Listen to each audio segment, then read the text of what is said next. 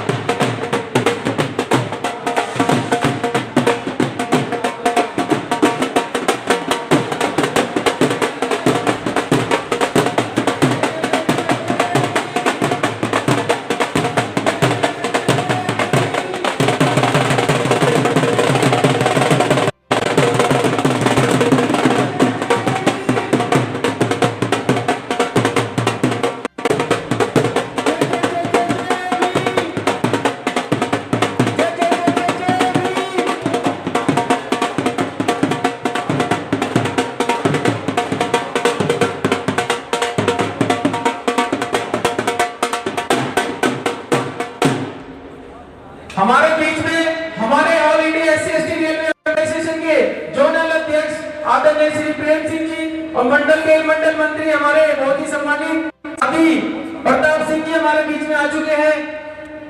मैं दोनों से ही निवेदन करूंगा कि बाबा साहब के चित्र पर माला अर्पण करके इस कार्यक्रम की शुरुआत करें। माननीय प्रेम सिंह जी और हमारे बड़े सम्मानित साथी मंडल मंत्री श्री प्रताप सिंह जी।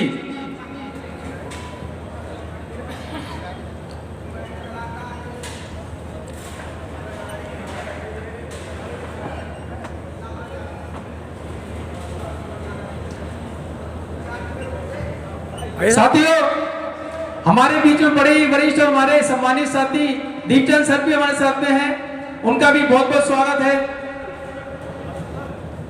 आज बाबा साहब का 134वां जन्म उत्सव सिखलाइन के सुंदर प्रांगण में मनाया जा रहा है और हमारे बीच में मुख्य अतिथि के रूप में श्रीमान प्रेम सिंह जी जोनल अध्यक्ष और हमारे बीच में मंडल के मंडल मंत्री श्रीमान प्रताप सिंह जी हमारे बीच में उपस्थित हैं। जोरदार ताली के साथ स्वागत साथियों। जब माला चढ़े तो मुख से कुछ न कुछ तो अर्पण होना चाहिए और जैसा भी हो दर्पण वो दर्पण होना चाहिए। कुछ भी मुख से निकले उसको व्यर्थ ना करें, कुछ ना कुछ तो अर्पण होना चाहिए। तो आपके मुख से वो बातें जरूर निकलनी चाहिए जो बाबा साहब के लिए हो। जय जय जय जय जय भीम, जय भीम, जय भीम, जय जय जय जय जय भीम, जय भीम, जय भीम, जय जय जय जय जय भीम, जय भीम, जय भीम, जय जय जय जय जय भीम, जय भीम, जय भीम। बाबा साहब अमर रहे, अमर रहे, अमर रहे। बाबा साहब अमर रहे, अमर रहे, अमर रहे। बाबा साहब अमर रहे, अमर रहे, अमर रहे। जय जय जय जय जय भीम, जय भीम, जय भीम। साथियों हमारे बीच में हमारे बड़े ही सम्मानित और हम सभी को निरंतर अपना भाग्यता प्रेस करते हैं ऐसे हमारे coach care centre Anand Vihar के सीडीओ साहब और हमारे वसी सिखलाइन इंचार्ज महोदय और हमारे एसएससी इंचार्ज महोदय जी हमारे बीच में एक बार जोरदार तालियों के साथ उनका भी स्वागत साथियों। मैं उनसे भी आग्रह करूंगा कि वे मंच के समक्ष आए और बाबा साहब को पुष्प अर्पित करें। माननीय सीनियर सीडीओ साहब अभिषेक राही जी और इंचार्ज महोदय हमारे दिनेश सर दोनों का जोरदार तालियों के साथ स्वागत साथियों। साथियों जब माला या पुष्प अर्पित हो तो हमारा प्रथम कर्तव्य बनता है कि हम कुर्सियों पे अपनी तशरीफ ना रखें, तशरीफ को थोड़ा सा कष्ट दें और अपने को जो हमारे अंदर की जो पीड़ा है उसको नष्ट दे। तो मेरा आप सभी से निवेदन है कि बाबा साहब का जब तक माला अर्पण होता रहे तो आप निरंतर इस तरीके से ही अपनी स्टैंडिंग ओवेशन देते रहें, क्योंकि बाबा साहब ने जिस तरीके से आज हमको सम्मान के साथ खड़ा किया है, तो हमारा प्रथम कर्तव्य बनता है कि हम उनको निरंतर दिल की गहराइयों से भी, मन की गहराइयों से भी उनको सम्मान दें। बहुत बहुत धन्यवाद साथियों। और आप जैसे जैसे कार्यक्रम आगे बढ़ेगा, आपके अंदर बीच में उसकी रूपरेखा बीच में आती रहेगी। जिस किसी भाइयों को भी बाबा साहब को पुष्प अर्पित करने हैं, वो सादर आमंत्रित है, वो कर सकता है। किसी के लिए भी कोई रुकावट नहीं है, चाहे कोई भी हो, एक एक करके आए या दो करके आए, कुछ पंक्तियों में आकर जल्दी से जल्दी पुष्प अर्पित करके अपनी सीटों को ग्रहण कर ले। बाबा साहब का 134वां जन्म उत्सव आज आपके सिख लाइन के सुंदर प्रांगण में मनाया जा रहा है। गत वर्ष की वासी इस वर्ष भी हम all India SCC railway employ association के बैनर तले आज जो कार्यक्रम हो रहा है, ये कोई कार्यक्रम ऑल इंडिया एससीसी एसोसिएशन का नहीं है, यह आपका अपना और एक एक साथी का, एक एक महिला का, एक एक कर्मचारी का, चाहे वो कर्मचारी नीचे का कर्मचारी ऊपर का हो, उन सभी के सहयोग से आज ये कार्यक्रम का आयोजन हो रहा है। और मैं धन्यवाद करता हूं आपका इस सुंदर सहयोग के लिए कि आप जिस तरीके से निरंतर साल वर्ष जिस तरीके से आपका सहयोग रहता है, उस तरीके से वाकई ही काबिल तारीफ है। All India SC railway employ association के मंच को साध रहे हमारे बहुत ही सम्मानित साथी और हमारे बड़े वरिष्ठ हमारे सीडीओ साहब अभिषेक राय जी, एक बार जोरदार तालियों से वंदन अभिनंदन साथियों। इसी बीच में हमारे बीच में उपस्थित है हमारे all India SC railway employ association के जोनल अध्यक्ष, हमारे बहुत ही सम्मानित और all India SC railway employ association की रीढ़ की हड्डी की साथी हमारे जोनल अध्यक्ष श्री प्रेम सिंह जी, एक बार जोरदार तालियों के साथ स्वागत करते हैं। मंडल मंत्री जी हमारे बीच में उपस्थित है प्रताप सिंह जी, एक बार जोरदार तालियों के साथ स्वागत साथियों। साथ ही हमारे बीच में विकास बाबू हैं, मंडल के एक कोषाध्यक्ष और इसी ब्रांच के प्रधान श्री विकास बाबू जी के लिए भी जोरदार तालियां साथियों। हमारे बीच में इलेक्ट्रिकल स्टाफ से इंचार्ज महोदय श्रीमान गुरु प्रताप जी भी हमारे बीच में उपस्थित है, एक बार उनके लिए भी एक बार जोरदार तालियों साथियों। सीएनडब्ल्यू से हमारे इंचार्ज महोदय, एसएससी इंचार्ज महोदय जी भी हमारे बीच में उपस्थित है, एक बार उनके लिए भी जोरदार तालियां। आप सभी अपनी अपनी उपस्थिति दे रहे हैं, मैं सभी से निवेदन करूंगा आप लोग अपना अपना स्थान ग्रहण करें, जिससे कि इस कार्यक्रम को विधिवत रूप से शुरू किया जा सके। राजीव जी, साथियों, किसी भी कार्यक्रम का प्रथम कर्तव्य बनता है कि जो हमारे बीच में अतिथिगण आए उनका स्वागत हो।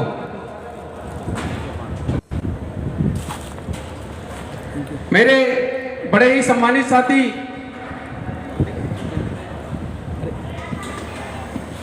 भूपेंद्र जी का भी बहुत बहुत स्वागत है, और हमारे रिटायर्ड साथी हैं और उन्होंने बहुत ही सुंदर समय हमारे बीच में दिया है। और हमारे सुरेश सर जो हमारे बीच से रिटायर हो चुके हैं, लेकिन हमारे दिल में अभी भी वो हैं, आपका भी बहुत बहुत स्वागत है सर। और हमारी महिला शक्ति का भी बहुत बहुत स्वागत है। मैं सभी महिला शक्तियों से निवेदन करूंगा कि वे एक एक या दो या तीन करके आए और बाबा साहब को पुष्प अर्पित करें, सभी महिलाएं।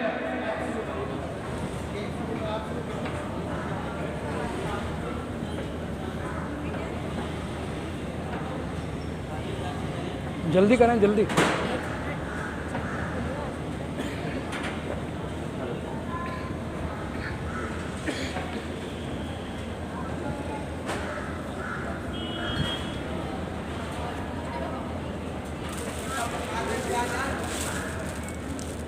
हेलो, नारी शक्ति जितनी भी हमारी उपस्थित है, मेरा उनसे आग्रह है कि एक एक करके आए और बाबा साहब को पुष्प अर्पित अवश्य करें। और सभी साथियों से भी निवेदन है, सभी साथी बाबा साहब को पुष्प अर्पित अवश्य करें, क्योंकि ये कार्यक्रम जिस व्यक्ति का है, वो व्यक्ति हमारे बीच में एक ऐसी महानता, विशालता और हम सभी को ऐसे कर्तव्य देके गया है, जिसको निभाने के लिए अगर हम अपना कर्तव्य निभा दें तो शायद बाबा साहब की और आपकी और हमारी सभी की मानता बन जाएगी। मैं हमारे बड़े ही सम्मानित साथी करमचंद जी से निवेदन करूंगा कि वे आए और मंच को साझा करें। करमचंद सर जी।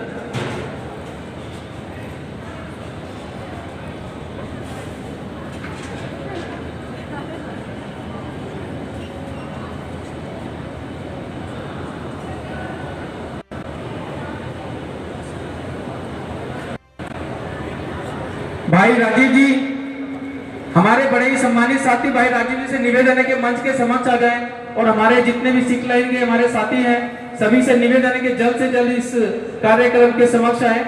भाई संदीप सूद जी,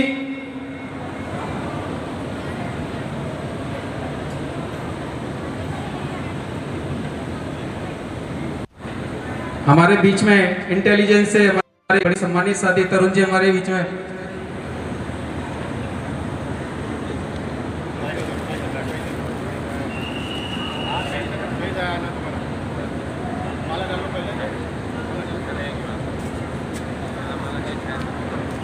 हो गया।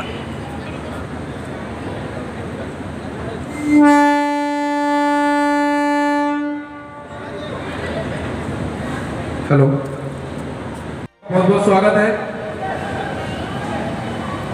स्नैपचैट पे खींच रहे थे क्या साथियों, आज का ये कार्यक्रम और इसकी विशेषता ये है, all India SC/ST railway employ association के जोनल अध्यक्ष हम सभी को निरंतर अपना मार्गदर्शन देते हैं। ऐसे बड़े ही सम्मानित आज हम इस पुस्तक को बांटने का कार्य करेंगे। जोरदार तालियां साथियों, और ये तालियां बजती रहनी चाहिए। CDO साहब, हमारे जोनल अध्यक्ष श्री प्रेम सिंह सर, हमारे बड़े ही वरिष्ठ साथी मंडल मंत्री महोदय जी,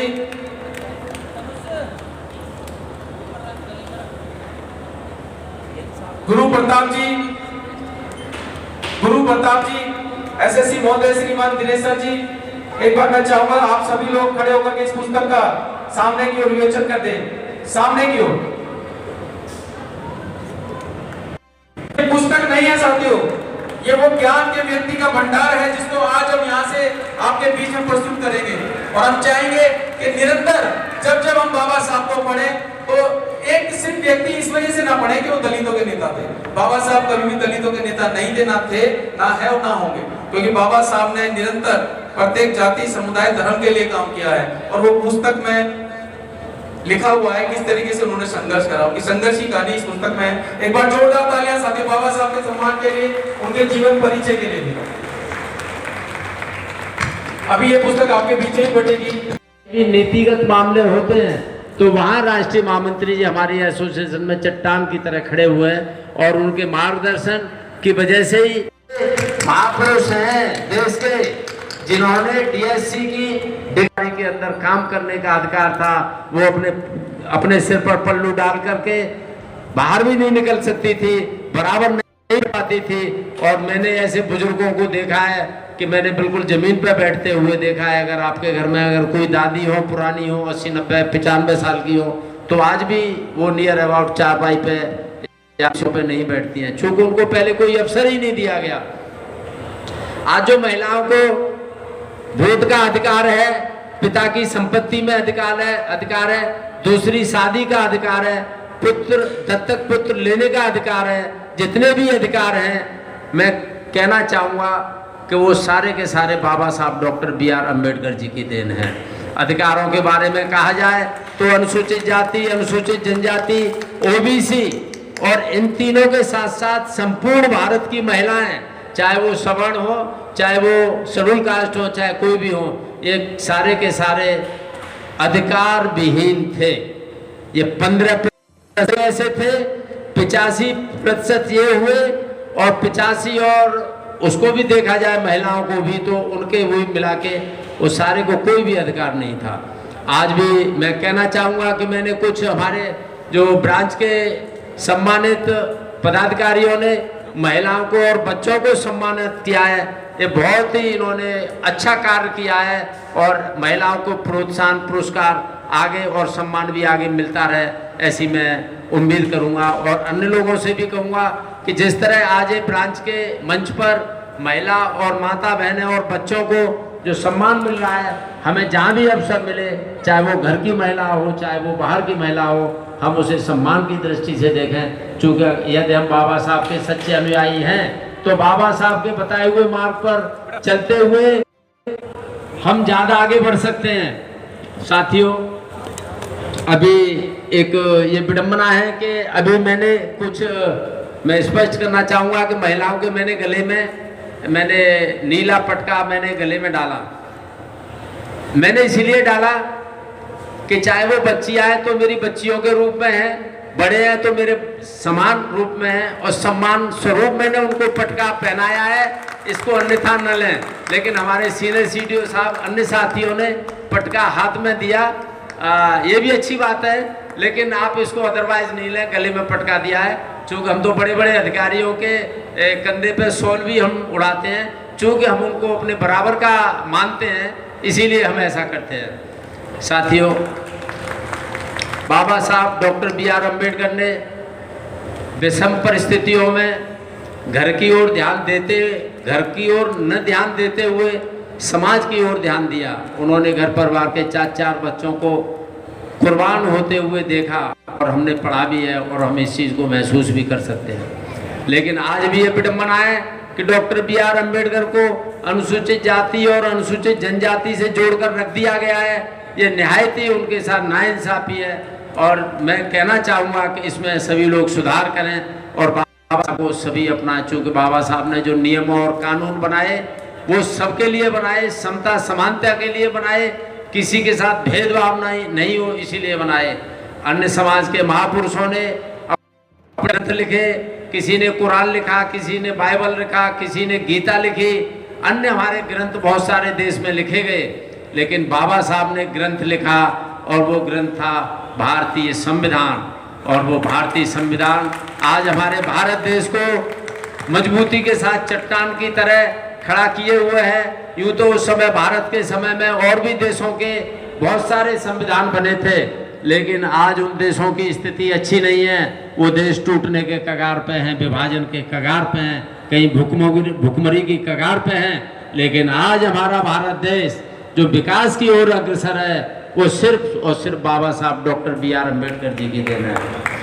साथियों, बाबा साहब डॉक्टर BR अम्बेडकर जी के बारे में कहा जाता है कि संविधान सभा में बहुत सारे सदस्य थे, 373 सदस्य थे, और उसके बाद कहते हैं कि जो संविधान प्रारूप समिति थी उसके 7 सदस्य थे।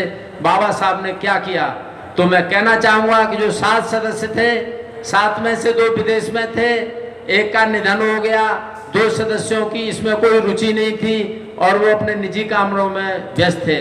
चूँकि बाबा साहब को मालूम था कि संविधान जो भारत का लिखा जा रहा है, इस संविधान से ही मेरे जो भारत के जो जरूरतमंद हैं, पीड़ित हैं, इनको न्याय दिया जा सकता है। बाबा साहब ने दिन रात की मेहनत करके 2 साल 11 महीने और 18 दिन में भारत का वो खूबसूरत संविधान तैयार किया, जो आज भी अच्छे की हिम्मत नहीं है कुछ संविधान में कुछ भी फेरबदल कर सकें।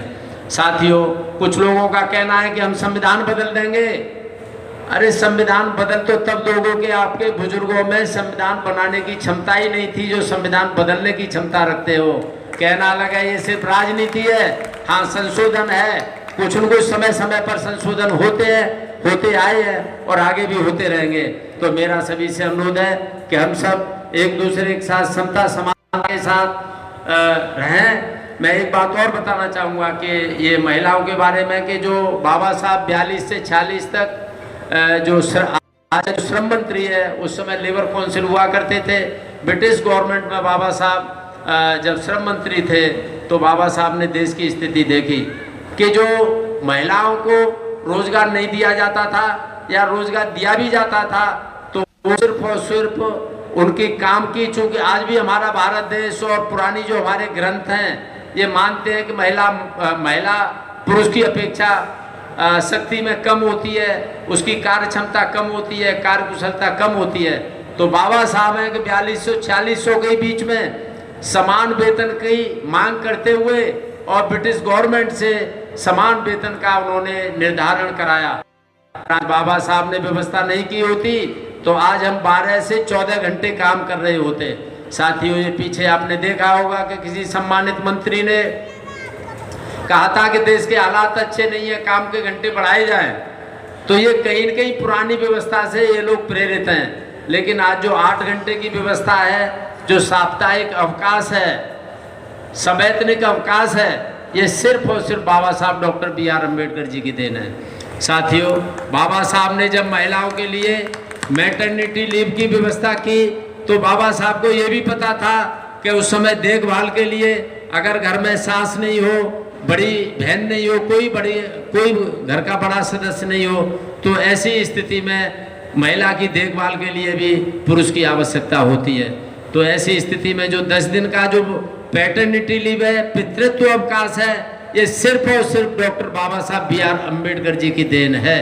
ये किसी और ने व्यवस्था नहीं की है, किसी देवी देवता ने व्यवस्था नहीं की है, ये सिर्फ और सिर्फ बाबा साहब डॉक्टर बी.आर. अम्बेडकर जी की ये देन है। साथियों, जब पहले कानून मंत्री बने, सरकार कांग्रेस की थी, लेकिन फिर भी इनको, चूंकि उस समय डॉक्टर बाबा साहब बी.आर. अम्बेडकर जी के बराबर कोई पढ़ा लिखा व्यक्ति पूरे भारतवर्ष में नहीं था, तो इनको जब श्रम मंत्री बनाया गया, श्रम मंत्री बनाने के बाद बहुत सारे काम इन्होंने पहले ही कर दिए थे, संविधान में भी व्यवस्था की थी। लेकिन जो हिंदू कोड बिल, चूंकि उसमें व्यवस्था नहीं हो पाई थी, जो भी इनके लिए जो एक्ट बनाते थे, एक्ट बनाने के बाद नेहरू, पटेल और जो जितने भी हमारे सम्मानित थे, इनको इन्हें बताना पड़ता था। फिर बताने के साथ साथ ये डिबेट होती थी, वो अपना तर्क रखते थे और मजबूती के साथ रखते थे, और वो सामने वाले को बात मनवाने में मजबूर कर देते थे। तो जब पहले केंद्रीय कानून मंत्री बने तो हिंदू कोड बिल की स्थापना की, और नेहरू से उन्होंने कहा कि नेहरू जी, मैं बना तो रहा हूं, लेकिन इसका पास होना इतना आसान नहीं है। उन्होंने कहा अगर ये पास नहीं हुआ तो मैं इस्तीफा दे दूंगा, ये नेहरू जी ने कहा। जब ऐसा हुआ तो डॉक्टर बाबा साहब बी.आर. अम्बेडकर जी ने हिंदू कोड बिल न पास होने पर केंद्रीय कानून मंत्री से इस्तीफा दिया। आज ये देखा जा रहा है कि बहुत सारे झमेले हो रहे हैं, घोटाले हो रहे हैं सभी सरकारों में। कोई भी मंत्री इस्तीफा देते देखा है? नहीं देते देखा है। और बाबा साहब डॉक्टर बी.आर. अम्बेडकर जी ने इस्तीफा दिया, वो सिर्फ महिलाओं के सम्मान में दिया, और वो बाद में जाकर के 3 भागों में वो एक्ट पास हुआ। और जो आज जो पिता की संपत्ति में जो अधिकार ले रही हैं, वो सिर्फ और सिर्फ जो हिंदू कोड बिल था उसकी वजह से ले रही है। पहले देखा गया था कि एक पुरुष की 5 पत्नियां थी, 100 रानियां हुआ करती थी। कि आपने एक प्रकरण को छोड़ दिया जाए, महाभारत के प्रकरण को छोड़ दिया जाए, तो इसके अलावा कोई भी इतिहास में नहीं मिलता है कि किसी भी महिला के 5 पति थे या 10 पति थे या 2 पति थे। तो बहुत सारी व्यवस्थाएं हमारे समाज की व्यवस्थाएं थी। लेकिन आज मैं बाबा साहब का पुनः शुक्रगुजार हूँ कि बाबा साहब ने हम सबको समता, समानता, बंधुत्व का जो हमें किया है, और जो हमारा देश मजबूती के साथ खड़ा हुआ है। मैं सभी साथियों से अपील करूंगा कि अपने समाज को, अपने धर्म को मानिए। रेल सबसे बड़ा हमारा जो कर्म है, ड्यूटी है। हम रेल को मजबूती के साथ रेल को आगे बढ़ाएंगे तो रेल आगे बढ़ेगी, रेल आगे बढ़ेगी तो हम आगे बढ़ेंगे, हम आगे बढ़ेंगे तो समाज, हमारा देश, हमारा परिवार आगे बढ़ेगा। साथियों, बहुत पहले एक संत गाडगे महाराज ने बहुत पहले कहा था कि बच्चों को शिक्षा दिलाओ। अगर शिक्षा देते हुए कहीं धन की कमी पड़ रही है तो आप थाली बेच दो, हाथ पे रख के खाओ, लेकिन बच्चों को पढ़ाओ। बाबा साहब ने उसमें जोड़ा कि बच्चों के साथ साथ बच्चियों को भी पढ़ाओ, चाहे कुछ करना पड़े। और आज बाबा साहब की देन है कि राष्ट्रपति से लेकर के देश की राष्ट्रपति भी महिला बनी, प्रधानमंत्री भी बनी, बहुत सारे प्रदेशों की मुख्यमंत्री बनी। आज हमारे जो जीएम है, बहुत सारी रेलों में जीएम महिलाएं आज वो रेल को बहुत आगे से अच्छे से बढ़ा रही हैं। तो मैं थोड़ा समय ज़्यादा हो गया मेरा, मैं ज़्यादा समय नहीं लेके आप सभी का बहुत बहुत धन्यवाद, आभार व्यक्त करता हूँ। और मैं शाखा के जो पूरी टीम है उसको मैं हार्दिक बधाई देना चाहूँगा जो उन्होंने खूबसूरत एक कार्यक्रम किया और इस तरह के कार्यक्रम आगे भी आयोजित होते रहने चाहिए। मेरा प्रशासन से अनुरोध है कि अनुसूचित जाति जनजाति का मेहनतकश वर्ग है, दिन रात मेहनत करता है और वो समाज में कहीं भी मेहनत में पीछे नहीं है। आज न केवल हमारी रेल में अहम भूमिका है हमारे समाज की, बल्कि इस देश के विकास में हमारी अहम भूमिका है। मान सम्मान से हमारा किसी भी प्रकार का समझौता न हमने पहले किया है और न हम किसी भी प्रकार का समझौता करेंगे।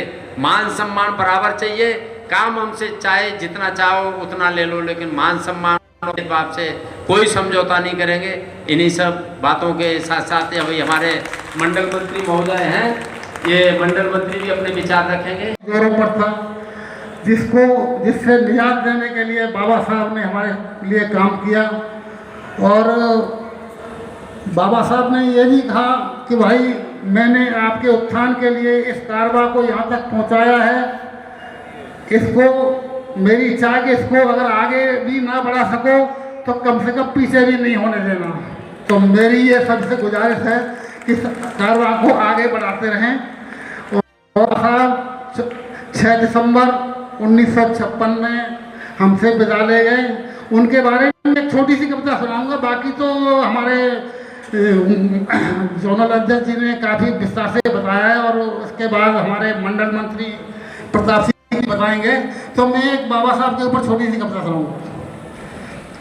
अरे भीम कहूँ भगवान कहूँ या भीम कहूँ भगवान कहूँ या भारत का अवतार तने, दलितों की नैया डूबी थी वो करती पार तने। बहुत अच्छे। भीम कहूँ रे भगवान कहूँ या भारत का अवतार तने, दलितों की नैया डूबी थी वो करती पल्ली पार तने। बम्बई प्रांत महू खेड़े में जन्म सफल परिवार किया, पिता राम जी राव के घर में भीमराव अवतार लिया। बम्बई प्रांत महू खेड़े में जन्म सफल परिवार किया, पिता राम जी राव घर में भीमराव अवतार लिया। देश धर्म और जात पात पर, देश धर्म और जात पात पर कर दी जान कुर्बान तने, भीम कहूँ भगवान कहूँ या भारत का अवतार तने।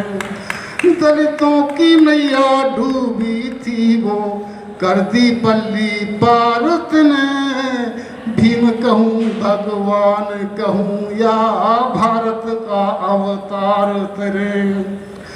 बारटला पास करी थी, बारटला पास करी थी, बनकर आए बैरिस्टर, होश गुम हिंदुन के हो गए, खबर पड़ी थी जब घर घर।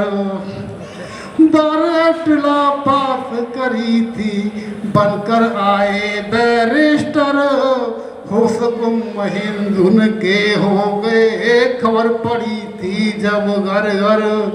कांग्रेस को आजादी, हाँ कांग्रेस को रे आजादी, दिल बादी अपने हाथ तने, भीम कहूँ भगवान कहूँ या भारत का अवतार तने। दलितों की नैया डूबी थी वो करती पल्ली पार तने, भीम कहूँ भगवान कहूँ या भारत का अवतार तने। इस भोली भाली जनता को जी फिर से तूने उभार दिया, राम कृष्ण ब्रह्मा विष्णु को अपने मन से तार दिया। इस भोली भाली जनता को जी फिर से तूने उभार दिया, राम कृष्ण ब्रह्मा विष्णु को अपने मन से तार दिया। गांधी जी ने करी खुशामद, गांधी जी ने करी खुशामद, वो भी कर दिया माफ ने। भीम कहूँ भगवान कहूँ या भारत का अवतार तने। दलितों की नैया डूबी थी वो कर दी पल्ली पार तने। भीम कहूँ भगवान कहूँ या भारत का अवतार तने। 6 दिसंबर सन 56 को, 6 दिसंबर सन 56 को दामन चले छुड़ा करके। मरते मरते बौद्ध धर्म भी भीम गए अपना करके।